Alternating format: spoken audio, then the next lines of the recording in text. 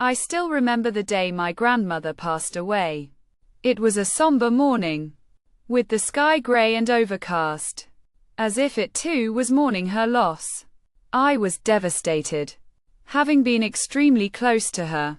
She was more than just a grandmother to me. She was a guiding light, a confidante, and a friend. The days that followed were a blur of funeral arrangements, condolences, and trying to come to terms with the void she left behind.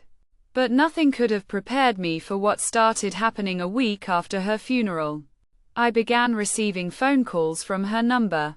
At first, I thought it was some kind of sick prank or a mistake. But as the calls continued, I realized that something was terribly wrong. The first call came at midnight, shrill and insistent. I hesitated for a moment before answering, my heart racing with anticipation and fear. "Hello," I said, my voice barely above a whisper. There was silence on the other end. A heavy, oppressive silence that seemed to weigh on my chest. I called out, "Grandma, is that you?" But there was no response. The line was dead. Yet I could sense a presence, as if she was there, listening. I tried to brush it off as a wrong number or a glitch, but the calls persisted. Each time, the same silence greeted me, until one night, I heard her voice. It was faint, distant, but unmistakable. "I'm sorry," she whispered, the words tinged with a sadness that made my heart ache. "I'm so sorry." I was paralyzed with fear and grief, unable to speak or respond. The call ended abruptly, leaving me in a state of panic. How was this possible? My grandmother was dead. I had seen her coffin lowered into the ground. Yet, here I was, receiving calls from her. The calls became more frequent, each one leaving me more unsettled than the last. I began to dread the sound of my phone ringing, especially at night. I would lie awake, my ears straining to catch the first ring, my heart pounding in anticipation.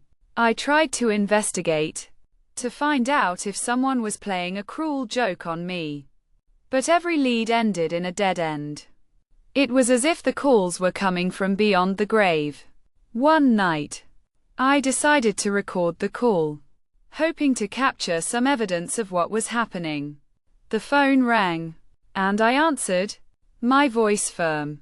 "Hello." The silence that followed was longer than usual, and for a moment, I thought it was just another prank call. But then, I heard her voice, clear and unmistakable. "Find the diary," she whispered, the words drawn out and laborious. "It's important." The call ended, and I was left staring at my phone in horror. What diary was she talking about? And why was it so important? I spent the next few days searching my grandmother's old house, scouring every room, every drawer, every crevice for any sign of a diary.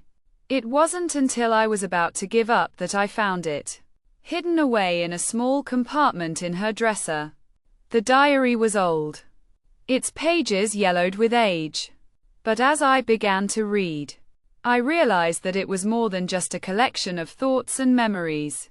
It was a warning about something that my grandmother had uncovered, something that had haunted her until her dying breath.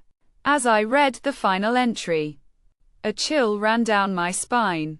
My grandmother had been investigating a series of mysterious events that she believed were connected to an otherworldly presence. She had been getting closer to the truth, but it had cost her her life. I realized, with a jolt of terror, that I was now a part of it, that I had been drawn into a world of horror and suspense.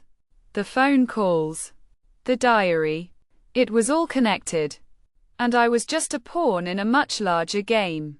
I slammed the diary shut, my mind racing with questions and fears. What had my grandmother uncovered? And what did it want from me? The phone rang again, shrill and insistent. And I knew that I had to answer. "Hello?"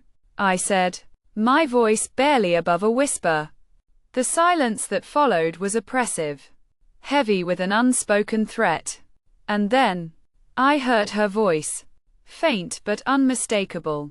"It's coming for you," she whispered, the words sending a chill down my spine. The call ended, and I was left staring at my phone in horror, knowing that I was not alone, that something was out there, waiting for me.